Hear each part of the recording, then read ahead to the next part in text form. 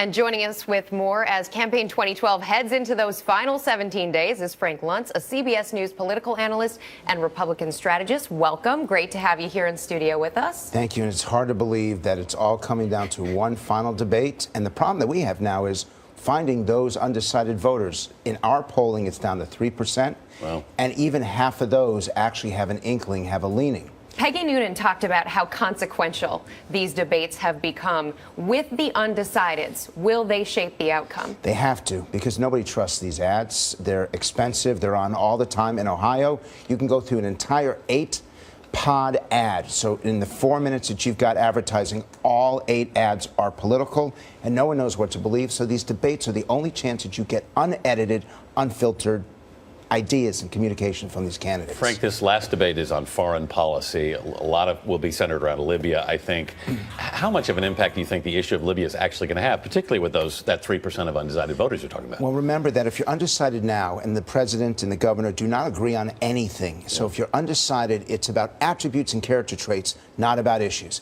And second, Obama's had an advantage on foreign policy because of the killing of Osama bin Laden. Right. The Republicans traditionally have an advantage on national security, but it's hard for a governor to claim credit. So this is Mitt Romney's opportunity to prove that, in fact, he is presidential, and this is Obama's last chance to answer these questions that still remain about Libya.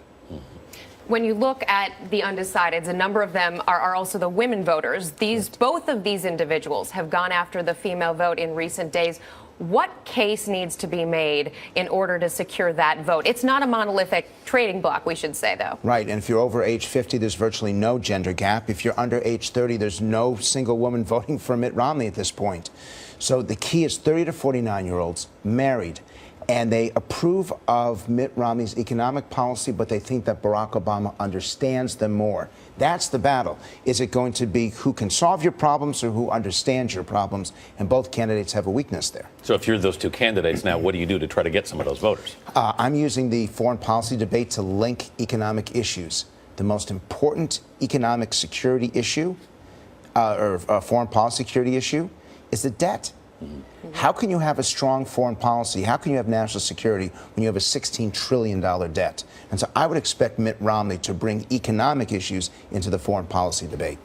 This campaign right now is basically a dead heat, isn't it? I mean, you look at these polls, I mean, it's within the margin of error almost everywhere, it seems. Mitt Romney has a slight advantage on the popular vote. Barack Obama still is leading in Ohio. Right. And I remind viewers that the fact is, you can win by 2% of the popular vote and still not become president. Right. The whole country is now focused on Cleveland, Cincinnati, and Columbus, and what happens there. Both of these campaigns are going to be focused on the question of Benghazi. It's come up in the debates already. What might we hear that's new?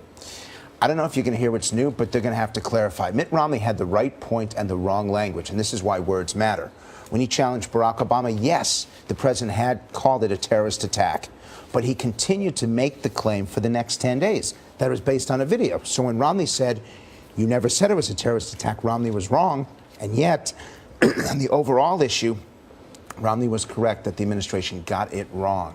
So what the American people are deciding is who is best able to handle a crisis. Who do you want at 3 a.m. to pick up that phone, as Hillary Clinton claimed in 2008? And right now, it is unclear. The single best line of the campaign so far, GM is alive, bin Laden is dead. Romney's going to have to challenge that line on Monday night. Nice, and Biden said that one. Yes. Frank Luntz. You got it. Thanks so much for joining us. Joe Biden actually said something intelligent for a change.